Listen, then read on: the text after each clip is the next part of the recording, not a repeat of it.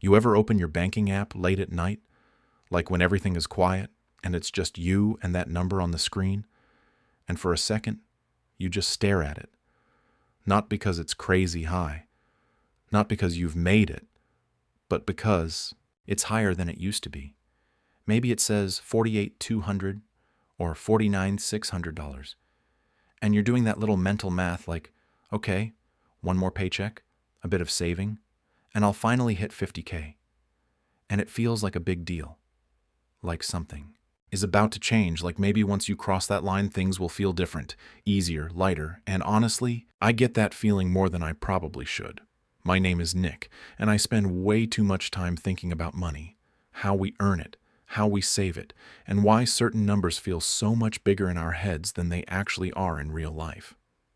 Because, here's the strange part, when your net worth finally hits $50,000, something does change, but not in the way you think. And if you don't understand what's really happening in that moment, you might completely miss the shift and stay stuck in the exact same patterns that kept you broke before. So what actually happens? The first thing is a weird kind of silence. No fireworks, no confetti, no sudden feeling of, I made it.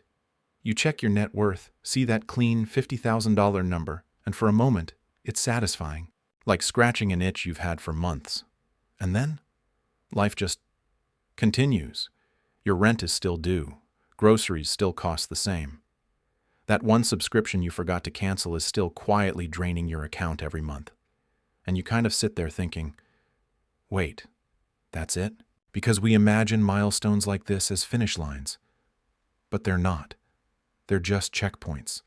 And honestly, that realization can be a little deflating.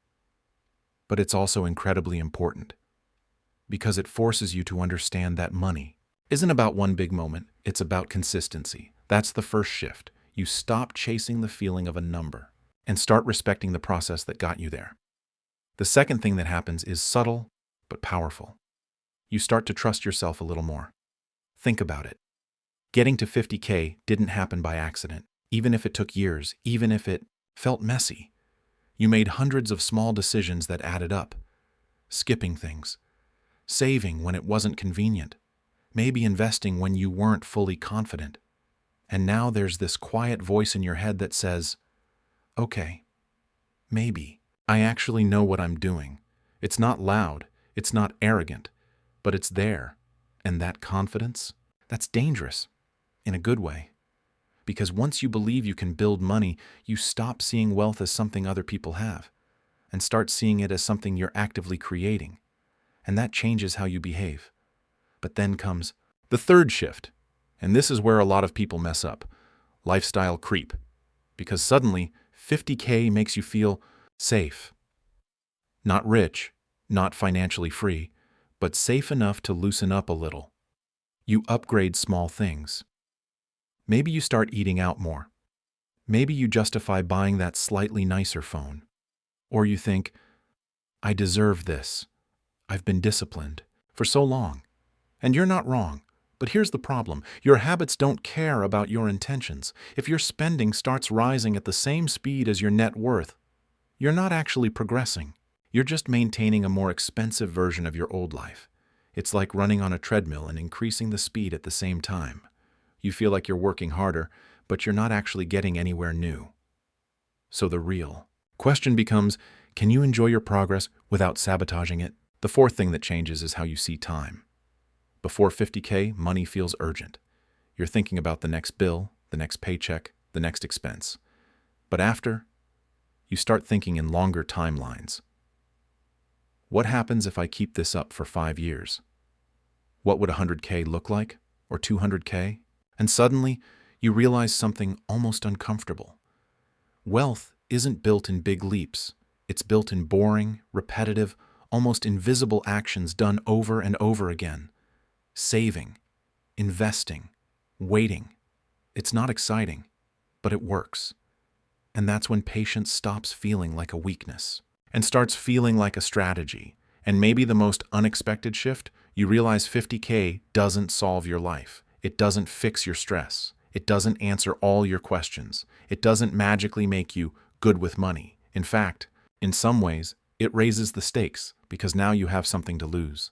Now you care more. Now your decisions feel heavier, and that can either push you to grow or pull you back into fear. So where does that leave you? If you're approaching 50K or you've just hit it, here's the truth. No one really says out loud, this isn't the moment your life changes. It's the moment your mindset can change. It's where you stop seeing money as something temporary and start seeing it as something you can build, protect, and grow over time. But only if you stay aware, stay disciplined, and maybe most importantly, stay a little uncomfortable. Because comfort is sneaky. It tells you to relax right when you're finally gaining momentum. And momentum, that's everything. So don't chase the number. Respect the habits that got you there. Because 50K isn't the destination. It's proof. Proof that you're capable of more. And honestly, once you really understand that, that's when things start to get interesting.